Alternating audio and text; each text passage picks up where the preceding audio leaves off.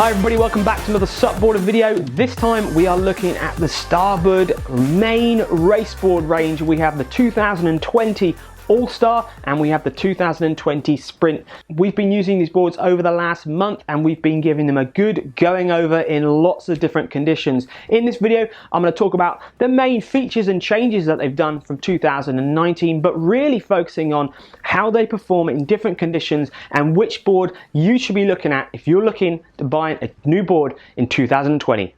Now this video isn't really going to be a comparison video of these two boards because we did a full comparison video in 2018 and very much the All-Star and the Sprint still sit alongside each other very much in the same way. So if you really want a comparison of these two boards, check out that video we did in 2018. This is really going to be highlighting the big changes that they've made from 2019 to 2020.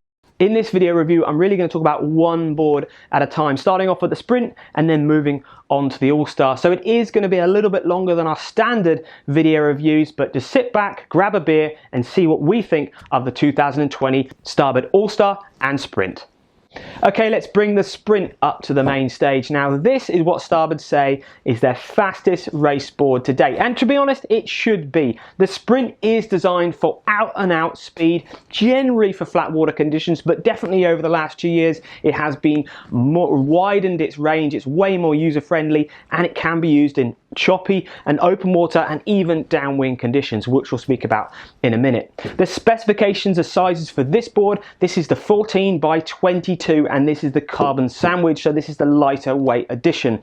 Other sizes you can get this board, you can get it in a 14 by 24, 14 by 20.75, and you can still get it in two sizes of the 12.6, 23 wide and 21.5. But it's important to note that those boards have not changed since 2019. That's a really big thing. The 14 foots are a new shape, new design. The 12.6s are still the current shape of 2019.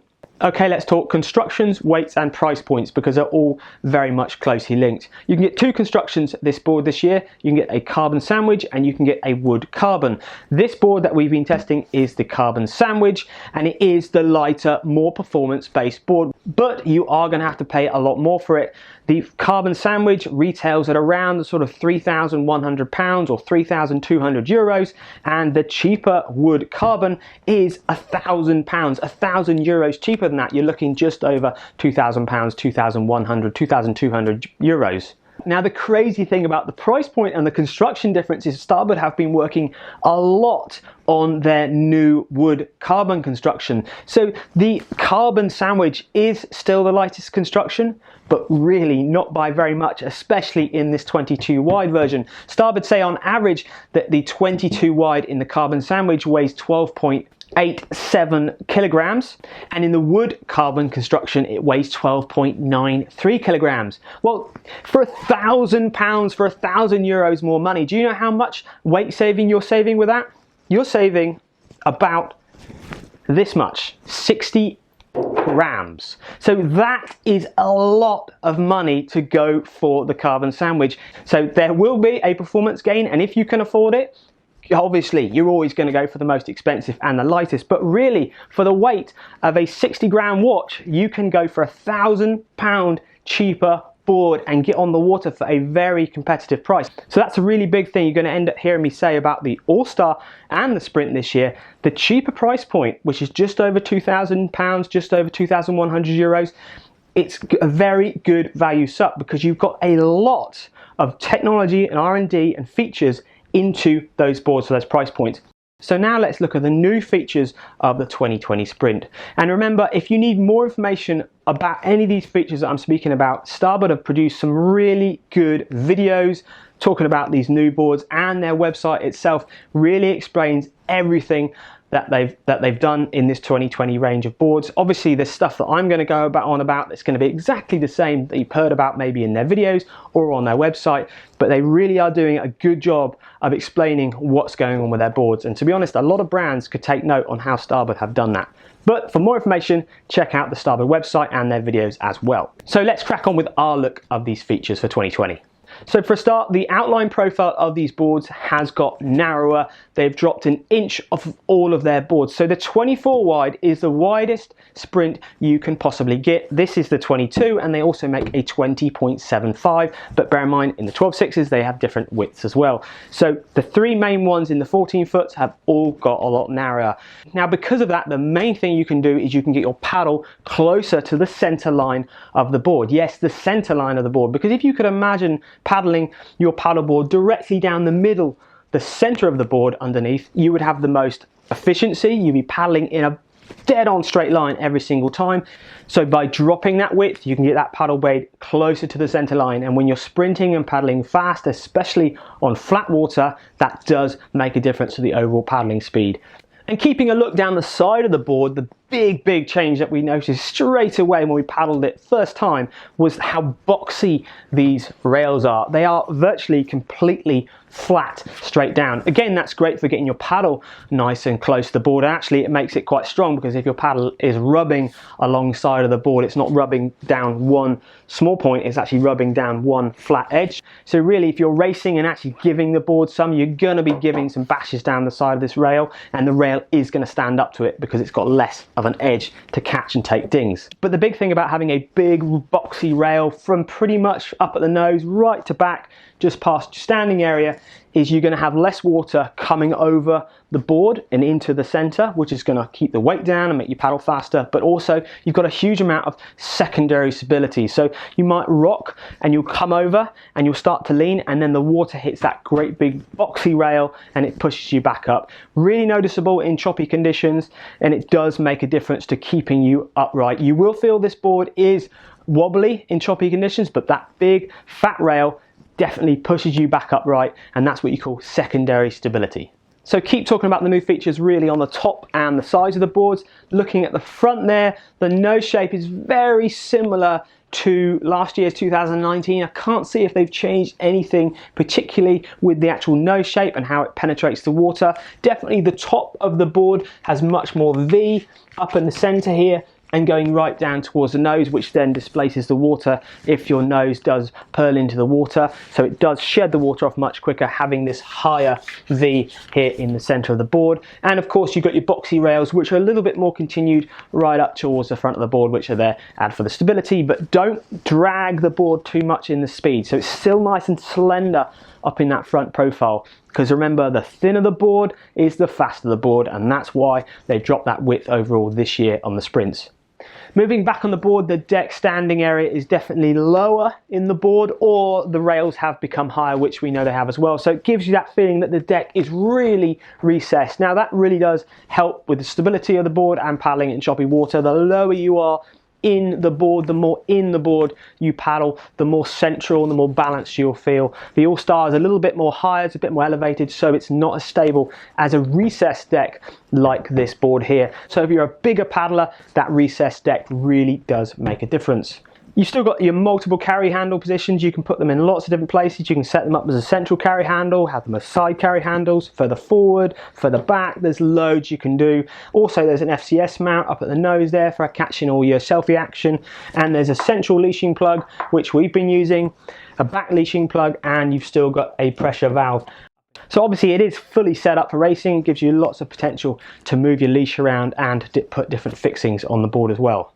They've obviously also kept the drainage plugs, which you definitely need on a board like this, because if you get any water in this dugout central channel, then you are just going to fill up and you're going to slow down pretty quick.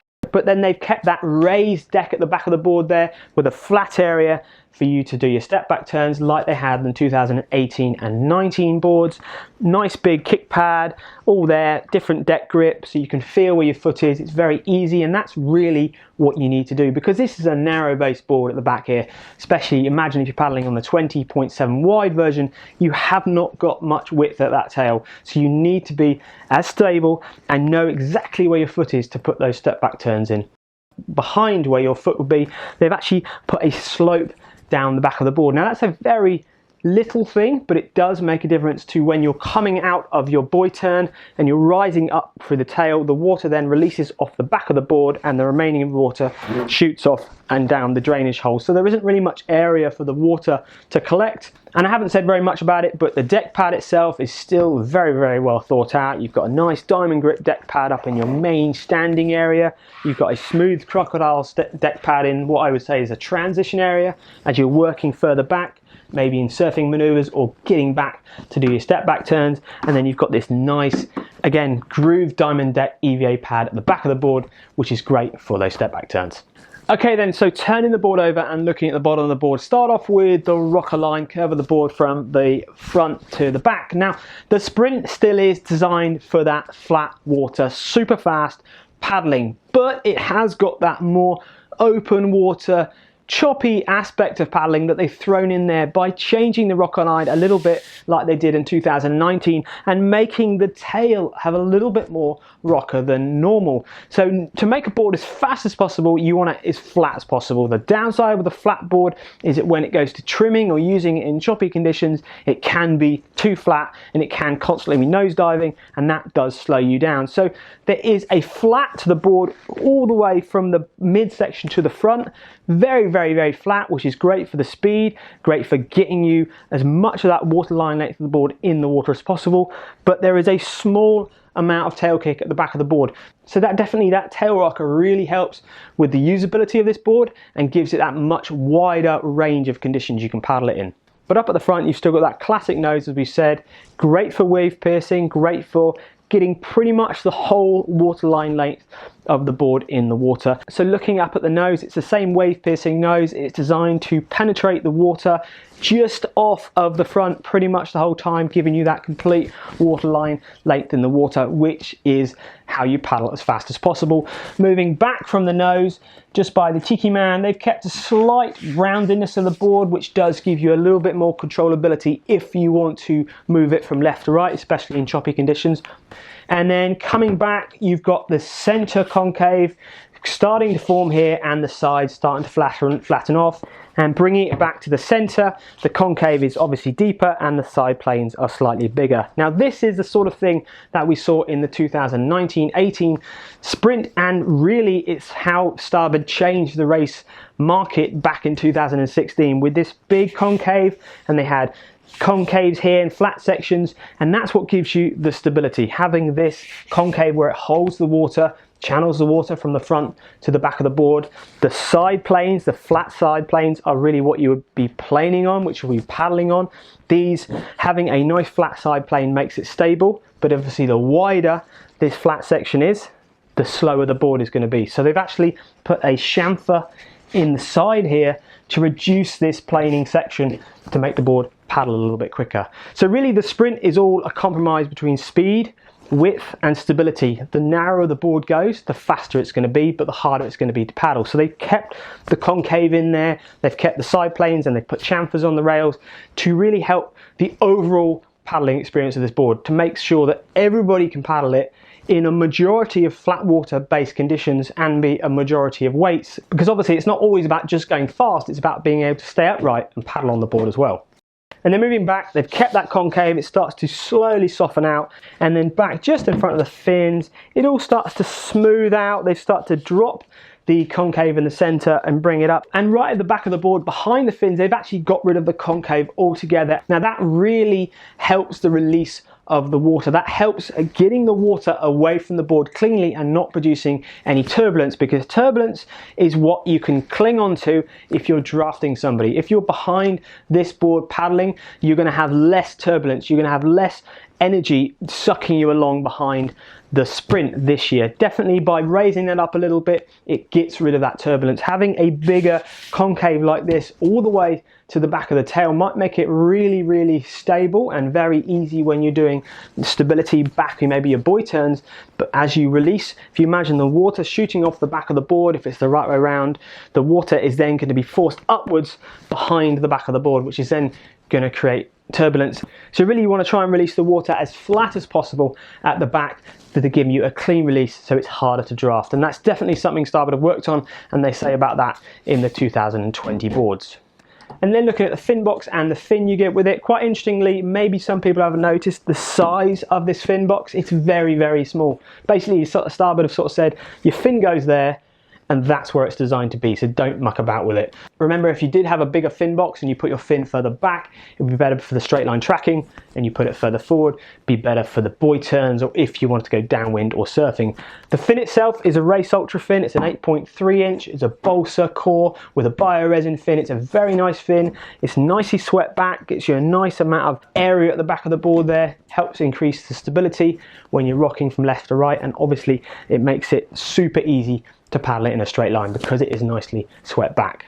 So let's talk about what it's like to paddle in different water states. Upwind, downwind, cross chop, and buoy turns. What is it like to use the new 220 Sprint in those conditions? Well, paddling upwind, it's very different to paddling a board like the All-Star Upwind because of the nose shape is completely different.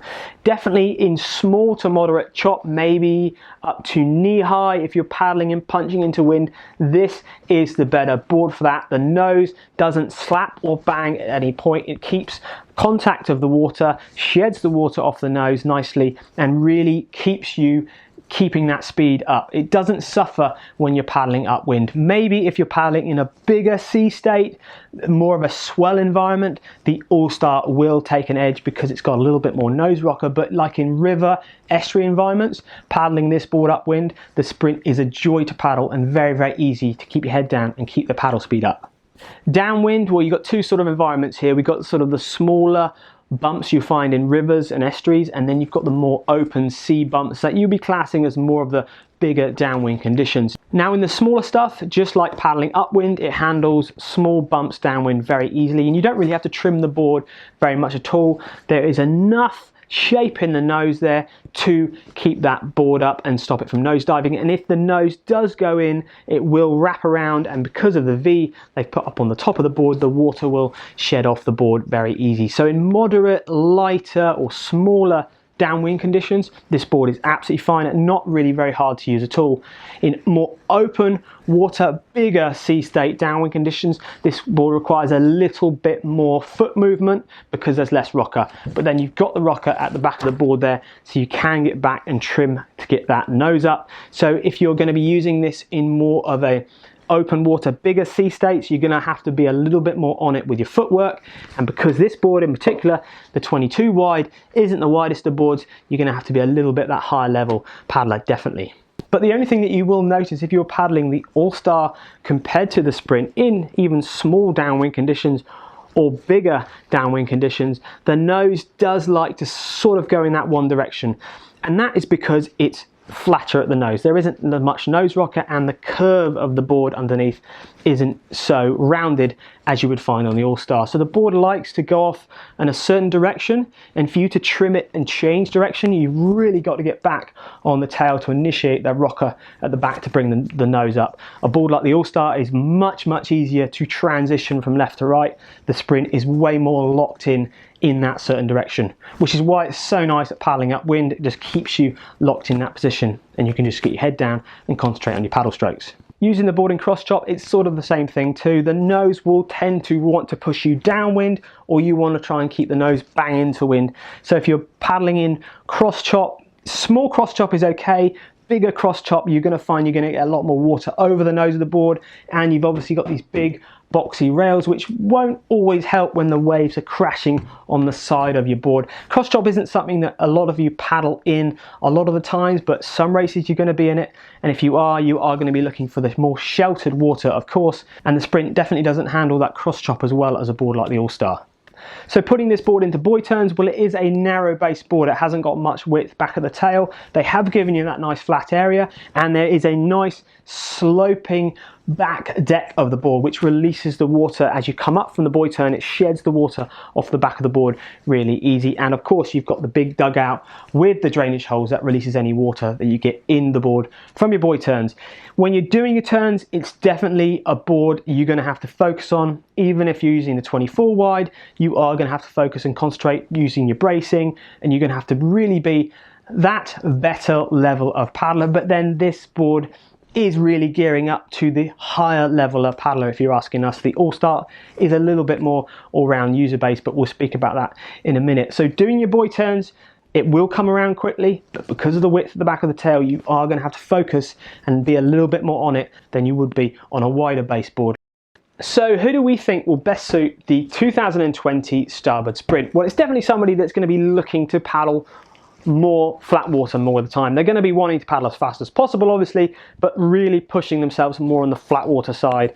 Rivers, estuaries, lakes, sea races, but it's going to want to be in the slightly not so rough stuff. It wants to be in the more moderate conditions. If you're going to be paddling more open seas a lot more of the time, then just look towards the All-Star. You could be paddling this in full downwinding conditions, which we have taken it in, and a lot of the top starboard riders use it as their go-to board, but you are going to have to be more on it with your footwork. You're going to have to understand how to trim a board really well to get the most out of it in surfing conditions especially, and you're going to be really happy at getting right on the back of the board using the full length of the board, especially this one here at 22 wide. Rider weights, Starboard say it could take up to 95 kg. The 22 wide version, yes it could do, but again you're going to have to be pretty on it for that weight, or you're going to be using it in mirror flat conditions. It's going to be a real sweet spot up to about 85 kilograms. This board will be very, very fast for a lot of people. So it's a very fast board. It's the fastest board in the Starboard range, no doubt. It's user friendly, and it has a wider range of conditions, but really still pushing towards the flat water. And if you want to get in the bigger open seas, you're going to have to be more of an experienced paddler. It's a lovely board for 2020. Starboard put a lot of work into it, and definitely the wood carbon is a very good price point, and I don't really think it's worth paying the extra and going for the carbon sandwich. If you've got loads of money, maybe just go for it, but then if you've got loads of money, you'll probably buy an All-Star as well. Okay, halfway through, I hope you're all doing okay and you've all got your beverage, because I've got mine here, and we're about to talk about the All-Star. So the All-Star is the all-singing, all-dancing, all-round board designed for all types of conditions, from full-on downwinding to flat water races, and generally this is the board they're going to sell a lot more of compared to the Sprint, and a lot more of you are going to be tuning into this part of the video than the Sprint. But there is some big changes to the All-Star for 2020 that you're probably well aware about. So we're going to talk about those features, what they're like to paddle in upwind, downwind, crosswind and buoy turns, and also going to be talking about who we think it will best suit. So its specifications for this board, this is the 14 by 26, but you can also get it in a 14 by 28, a 14 by 24.5, 23.5 and 22.5 as well. And you can also obviously get the 12.6 sizes, but bear in mind the 12.6 is the same shape and design as the 2019 board. So just like the Sprint, only the 14-foot board has the new changes and new designs for the 2020 range. So looking at construction, weight and price point, because again they're all together. Construction, this is the wood carbon that we've been using, and you can also get the carbon sandwich.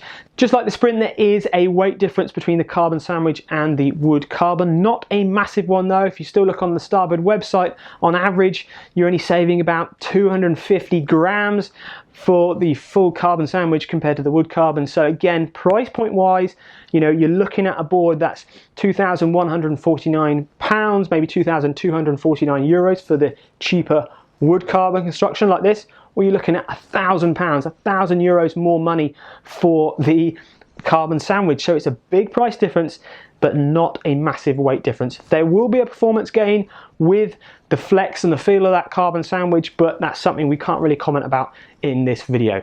So okay, moving on to the features of the 2020 All-Star. Now most of the big changes, especially in these wider boards, the 26, 28s, are really to do with more the bottom shape. The nose is very much still the same sort of design. The top of the board is very much the same profile as the 2019 board. The narrow boards, the 23.5 and the 22.5, are more slender up at the shoulders here, so they're not going to push as much water. So there probably will be more of a performance gain in the All-Star between those narrow boards compared to something like the Sprint, because the design is slightly different. So bear in mind, if you're a lighter paddler and you're looking for the narrow base board, they are a little bit more slender up at the shoulders here. But as soon as you move further back around the standing area, this is where it changes. All the 14-foot boards have got a further forward standing area, so they've opened it up a little bit more. Really helps if you're punching into wind, if you're trying to get the full waterline length of the board in the water. Because this board has got more rocker, which we'll speak about in a minute, compared to something like the Sprint, you're going to have to get a little bit further forward to trim the board flat.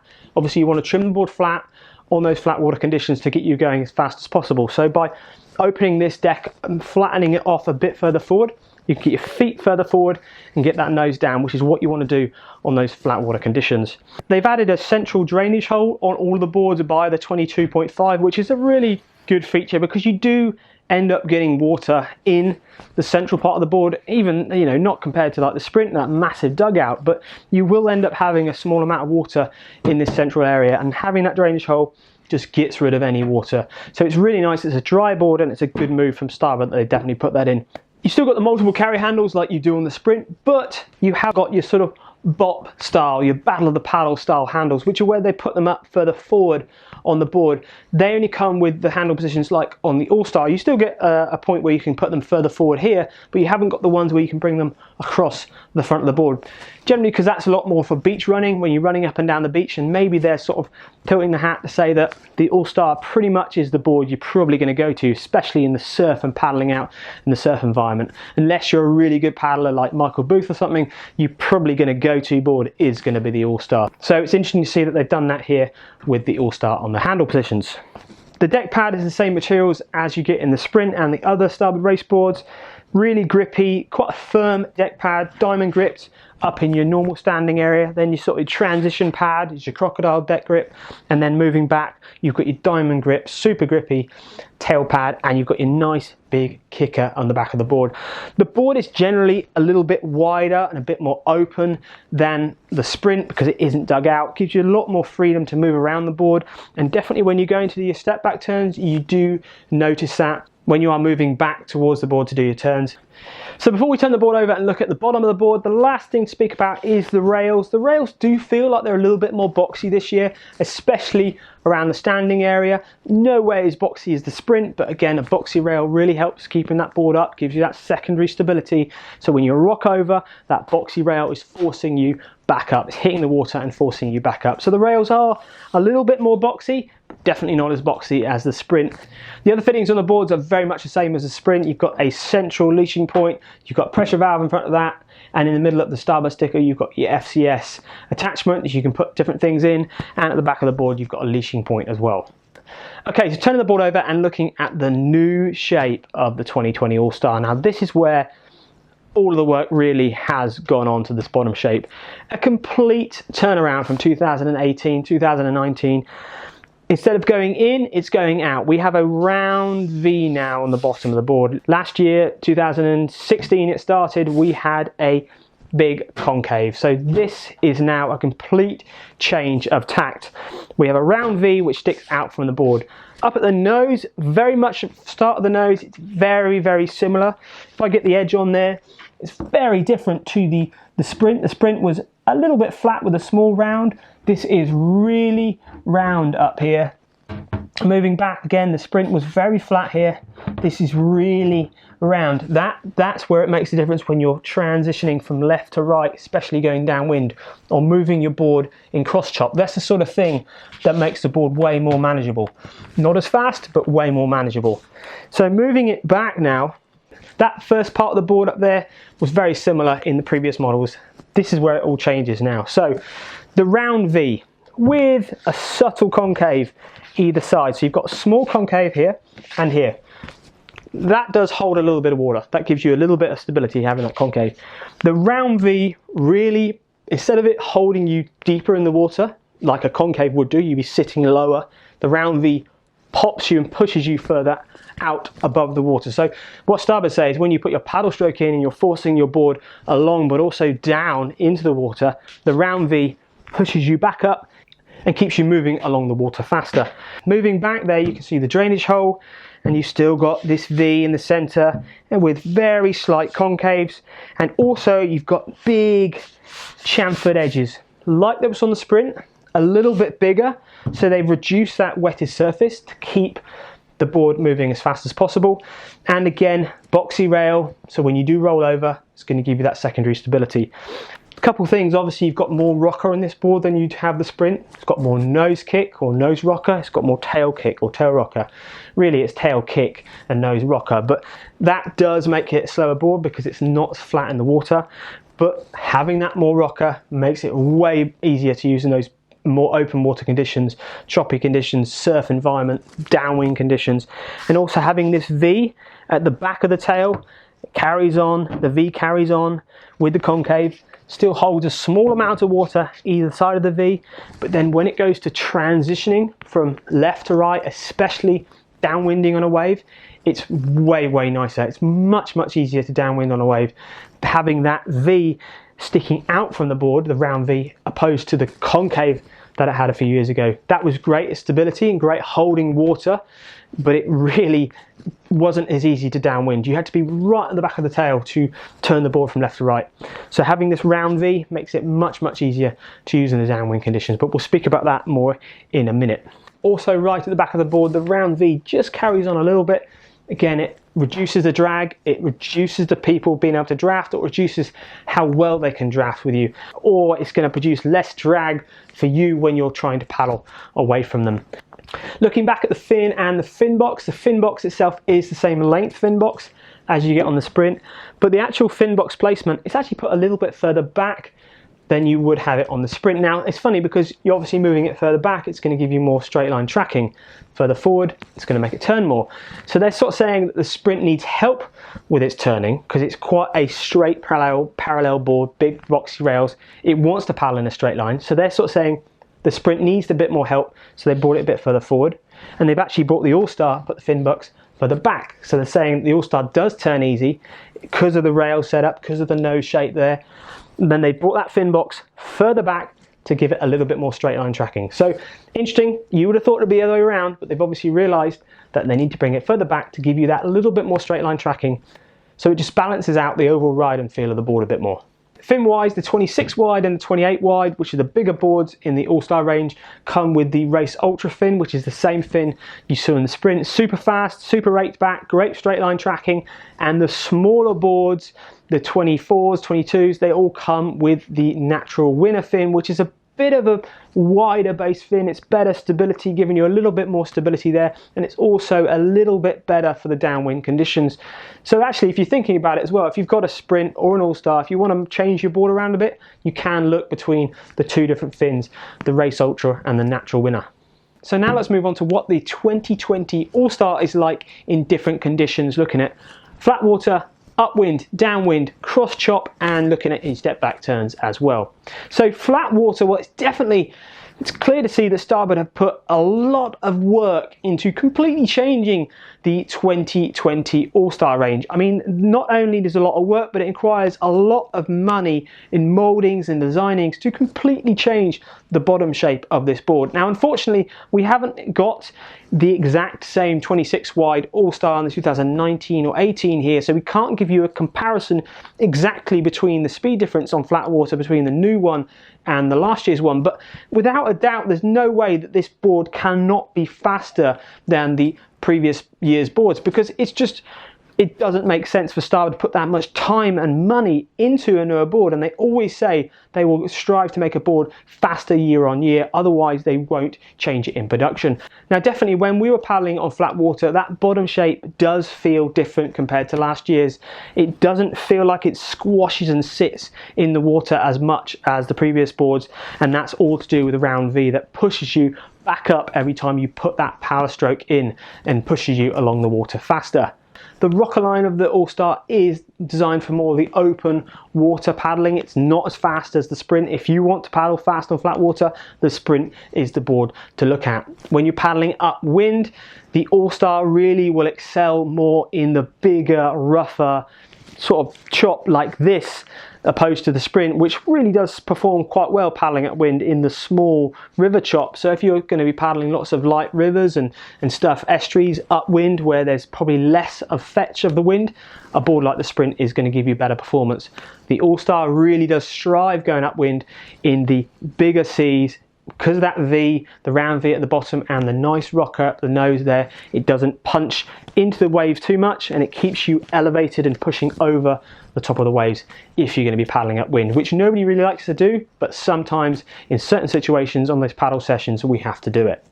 Paddling downwind, well, the All-Star is designed for paddling downwind from tip to tail. The rocker line, it's got more nose rocker, it's got more tail kick, it's really easy to move around the board. The nose does never bury, well it will bury, but it won't ever put you in a position where you'll purl or catapult over the front. Even if you're quite lazy with your footwork and you can't really move around the board so much, that nose is very, very easy and controllable at keeping you upright on a wave downwinding. If you do find you can trim back on the board and move your feet around to get the most out of the board because of the tail kick, you haven't actually got to go as far back as you would do on a board like the Sprint. So it's a much easier board to surf and use around in downwind conditions, and you haven't got to be so extreme with your footwork as you would be doing with the Sprint. But for us, the last 3 feet of the board is so much better than previous boards when it comes to downwinding and surfing. Having that more rounded V than the concave that they had a few years ago makes it so much easier to transition from left to right when you're riding bumps or catching waves.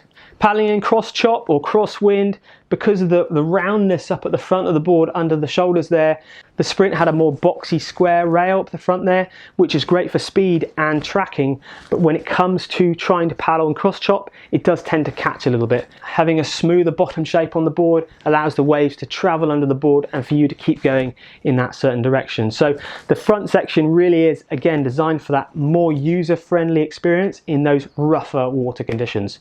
And finishing off on buoy turns, well, because you've got this nice flat area here, you've got a large area you can stand on. Yes, they have removed the big concave that they had last year, which, to be honest, probably made the board more stable. Definitely didn't make it as fast, and it definitely didn't make it as easy to surf in downwind conditions, but you've still got a large amount of stability at the back here. And they've given you that really big flat open tail that you can get your foot right against to give you the optimum turning. So looking at who we think will best suit the 2020 All-Star. Well, if we've done our review properly, you should really know if you are looking for the Sprint or the All-Star, shouldn't you? Well, the All-Star is the more all-round open water baseboard. Everybody is going to be able to paddle the All-Star and be able to paddle it fast, be able to go upwind, downwind, cross chop and catch some little waves with it without a problem. The Sprint is definitely that more technical board. The All-Star is going to suit a wider range of paddlers. Definitely this one itself, the 26, is going to take up to 95, 100 kilo person without a problem. The narrow board's obviously going to be faster. If you're looking for a board to get into racing, to get into downwinding, to paddling down the coast with your friends, or maybe even doing a bit of light touring, then the All-Star will be doing that as well. It is a very good value board, this one, because of what you can do with it and the amount of R&D that's gone into this board. The price point of the cheaper one, the wood carbon, is definitely the way to go. The carbon sandwich it's a lighter board, not by very much. It is a lighter board and it will give you a different paddling feeling, but the wood carbon really is the standout board to go for. So there we go, that was a bit of a mammoth one, but that's what we think of the 2020 Starboard All-Star and Sprint. I really hope this video has helped you. If you're a SUPboarder Pro user, remember, send us emails, questions, anything you want comparing to different brands on the market. And also on SUPboarder Pro, look out for the full SUPboarder Pro test where we're going to be putting the All-Star against some other leading race boards out there in the market head to head as well. And we're also going to be doing more Surf Sup tests and Surf Sup longboard tests, and also looking at a lot more wings as well. So get on to SUPboarder Pro if you want to see how boards and gear compares to other brands across the market. If you want to buy or try one of these, make sure you check out our SUPboarder Trusted Retailer page, where we've been working with retailers trying to gather the best retailers around the world. And if we haven't got a retailer near your area and you know of a good retailer, please let us know. We are trying to track down the best retailers in the world to get you on this kit. Thank you very much. Subscribe to our YouTube channel, give this video a like if you like it, and we'll see you next time with another SUPboarder video.